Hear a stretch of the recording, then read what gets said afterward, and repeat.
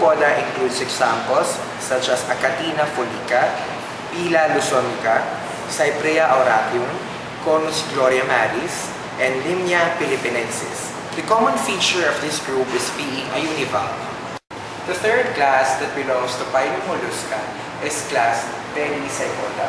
Pelicypoda includes examples such as Perna viridis, Pinctada margarifera, Placuna placenta, Tridacta gigas, and Venus mercenaria. The common feature of this class is being a bivalve. The fourth class that belongs to phylum Mollusca is class Scapopoda. It includes examples such as Dentalium ilepatinum or tooth-shelled mollusks. The fifth class that belongs to phylum Mollusca is class Monoplacopora. Monoplacopora includes examples such as Eopilina galathea or primitive mollusks. Lastly, we have class Cephalopoda.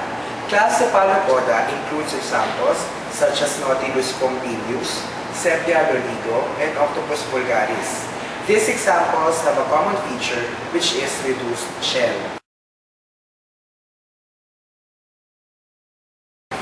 Phylum Arthropoda is the largest phylum in the animal kingdom in terms of its number of individuals and species diversity, thereby dominating life on Earth. There are 900,000 species. The arthropods are named for their pair-jointed appendages. Members of this phylum include crustaceans, centipedes, millipedes, arachnids, and insects.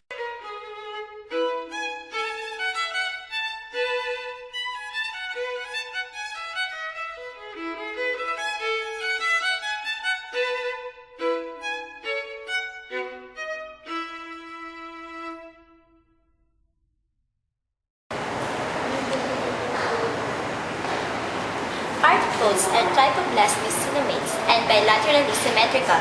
They have chitinous exoskeleton, paired and jointed appendages, open circulatory system, and complete digestive tracts.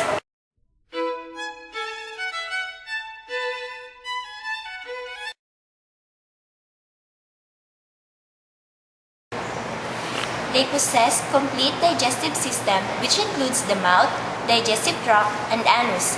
They exhibit all modes of feeding, which is carnivorous, herbivorous, scavengers, and filter feeding.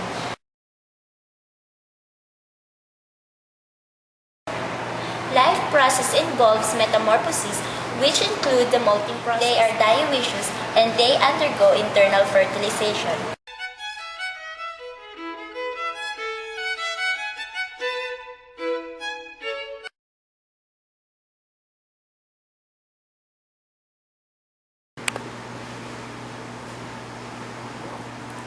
Phylum Arthropoda consists of several classes. Classes are Merostomata, Arachnida,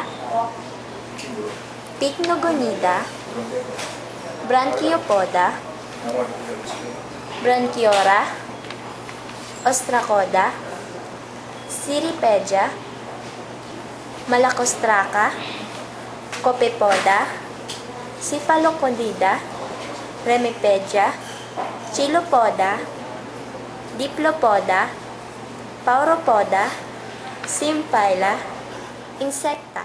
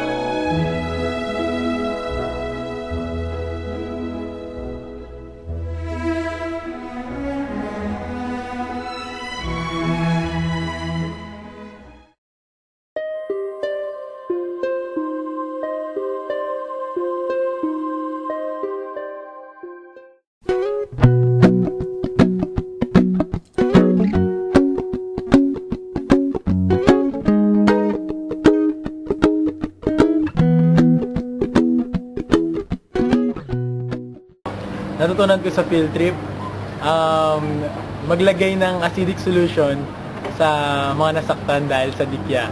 Tsaka, na-appreciate ko lang yung buhay sa ilalim ng dagat. Yun lang.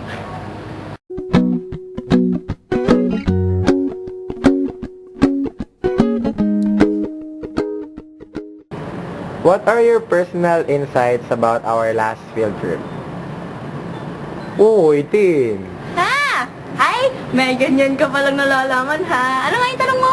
What are your personal insights about our field trip at Anilao? Teka ha, insight. Eh di yung mga natutunan yon. Oo. Tama? Yeah? Natutunan ko.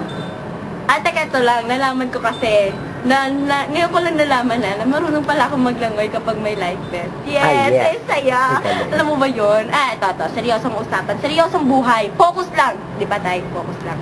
Ano kasi yun? Ganito kasi yun. Ano ba yung sasabihin ko? Teka lang. Nung nandun ako, nandun ako sa area, medyo na-realize ko na we are really the stewards of God's creation. Alam mo yun, yung alagaan mo kung ano yung binigay sa atin ng Diyos. Ako pala, alagaan ko kung ano yung binigay sa akin ng Diyos.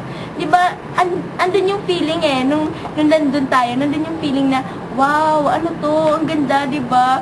Para kasing, unlike yung mga hindi nakakita dyan, yung mga ganon, yung mga hindi nakapag-snorkeling dyan, yan, yung mga ganon, kawawa naman sila, bahala na sila sa buhay nila. Alam niyo na kung sino yun.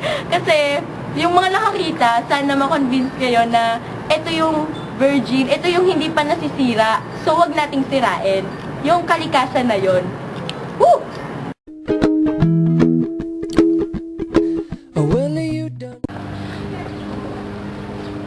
Marian! Oh! May tatanong ako sa'yo. Ano ba natutunan mo doon sa field trip? Para namang wala eh. Wala, bakit? Hindi, talaga? Natutunan. Wala naman yata talaga, aminin mo na. Meron naman, ko naman. Ano nga yun? Sige nga. Siyempre, doon nung kumain tayo, natutunan ko na huwag siyempre kumuha ng madamay. Joke lang. Kasi siyempre, nabubusog ako, nahihirapan tuloy ako lumangoy. Ano pa ba? Hindi, joke lang yun. Hindi, pero ito talaga. Yung kagaya nga kagaya ng mga answers nyo. Siyempre, natutunan ko talaga na we should protect our Mother Earth. Oh, yan, di ba? Kasi di ba... English! Speak na nga. Ito na nga yan. Kasi di ba, hindi lang naman talaga para sa atin, kundi para na rin sa mga susunod na mga tao na makikinabang din dito sa ating kapaligiran. Yan. Kasi di ba, dito this is our home. This is given by God. So we should protect it, take care of it, and love it. Done me and you bet I felt it. I tried to beat you, but you so... Okay, Jeff. What are your personal insights regarding our field trip at Anilao? First of all, syempre, muna gusto magbigay ng reaction.